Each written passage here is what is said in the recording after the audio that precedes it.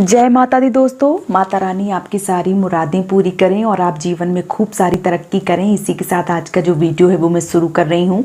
दोस्तों आज की वीडियो में मैं बात करने वाली हूँ लहंगा या साड़ी। जैसे किसी की, मान लीजिए किसी की शादी है और वो उन्होंने बहुत भारी वाला जो लहंगा है वो पहना हुआ है और उस लहंगे में उन्होंने जो लहंगा है उसको पहनने हुए खाना जो है वो खा लिया है।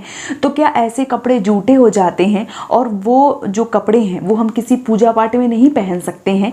तो यही टॉपिक होने वाला है। एक्चुअली एक बहन का कमेंट आया था कि दीदी मेरा शादी वाला जो लहंगा है उसको पहन के मैंने खाना खा लिया है, तो क्या हम किसी व्रत में ये जो लहंगा है ये पहन सकते हैं कि नहीं पहन सकते हैं? आप मुझे बताइए। तो उनका ये प्रश्न था और बहुत सारी बहनें हैं जिनके मन में ये प्रश्न आता ही रहता है कि जो कपड़े होते हैं उनको अगर हम पहन के खाना खा लेते तो जो कपड़े हैं वो जूठे हो जाते हैं, क्या हम पूजा में वो जो कपड़े हैं वो नहीं पहन सकते हैं?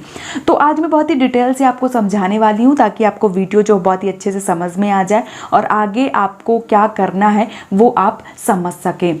तो सबसे पहले अगर मैं बात करूँ कि शादी वाला जो लहंगा होता है, पहली बात तो शादी में जो लहंगे आते हैं चढ़ाव में चढ़ते हैं। शादी के ऐसे कार्यक्रम होते हैं जब वो चढ़ते हैं वो बहुत ही खास पल होते हैं और बहुत ही खास महत्व होता है उन शादी के कपड़ों का। और ये जो कपड़े होते हैं ये रोज रोज नहीं धुले जाते। मैं ये भी बता दूं, शादी के जो लहंगे होते हैं या शादी की जो साड़ियाँ होती हैं बहुत जल्दी नहीं धोना चाहिए, क्योंकि उनके साथ बहुत सारे वचन, बहुत सारे नियम, बहुत सारी विधि विधान और बहुत सारे मंत्र जो हैं वो उसमें संजोए जाते हैं। तो ऐसी साड़ियों को आप जल्दी ना धुलें, क्योंकि ऐसा माना जाता है कि अगर आप शादी की चढ़ाई वाली जो भी साड़ियाँ होती हैं या लहंगा होता है, अगर आप उनको जल्दी धुलते हैं तो ये आपके लिए शुभ नहीं होता है। आपको क्या करना चाहिए कि खाना, जैसे कोई भी साड़ी है या कोई भी लहंगा है, जैसे मेरी बहन का प्रश्न आया था कि दीदी लहंगा पहन के खाना खा लिया है तो क्या करना चाहिए?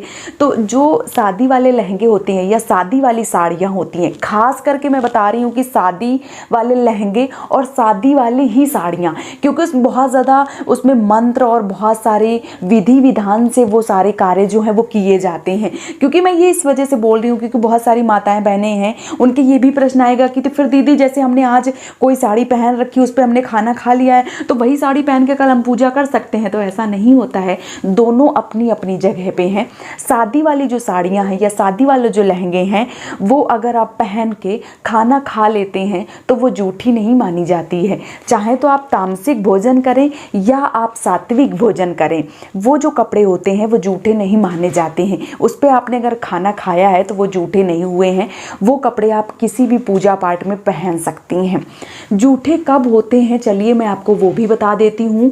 जूठे तब होते हैं अगर आपने पीरियड्स के दौरान वो जो कपड़े हैं, शादी वाला लहंगा है या शादी वाली साड़ी है, अगर आपने पहन लिया है तो वो आपके जूठे हो जाते हैं। फिर वो आपको किसी भी पूजा पाठ में नहीं पहनने चाहिए। वैसे आप पहन सकते हैं लेकिन पूजा पाठ में आप नहीं पहन सकते हैं।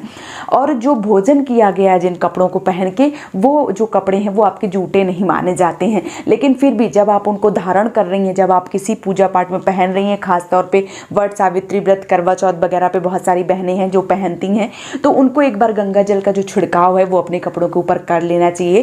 पहनने से पूर्व गंगा जल का थोड़ा सा छिड़काव जो है वो अपने कपड़ों पे कर लीजिए, उसके बाद उनको धारण कर लीजिए। उसके बाद पूरी विधि विधान से पूजा कीजिए। कोई भी दिक्कत, कोई भी परेशानी का सामना जो है वो आपको नहीं करना पड़ेगा। लेकिन आपने अगर पीरियड्स के दौरान वो कपड़े पहन रखे हैं और वही पहन के आप पूजा करती हैं तो ये आपके लिए शुभ नहीं होगा।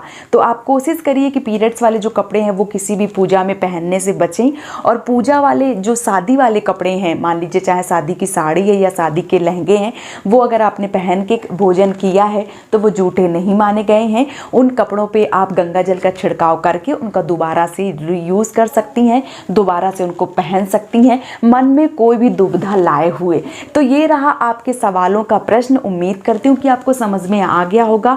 वीडियो पसंद आए तो प्लीज़ चैनल को सब्सक्राइब करके ही जाना और वीडियो को लाइक करके ही जाना।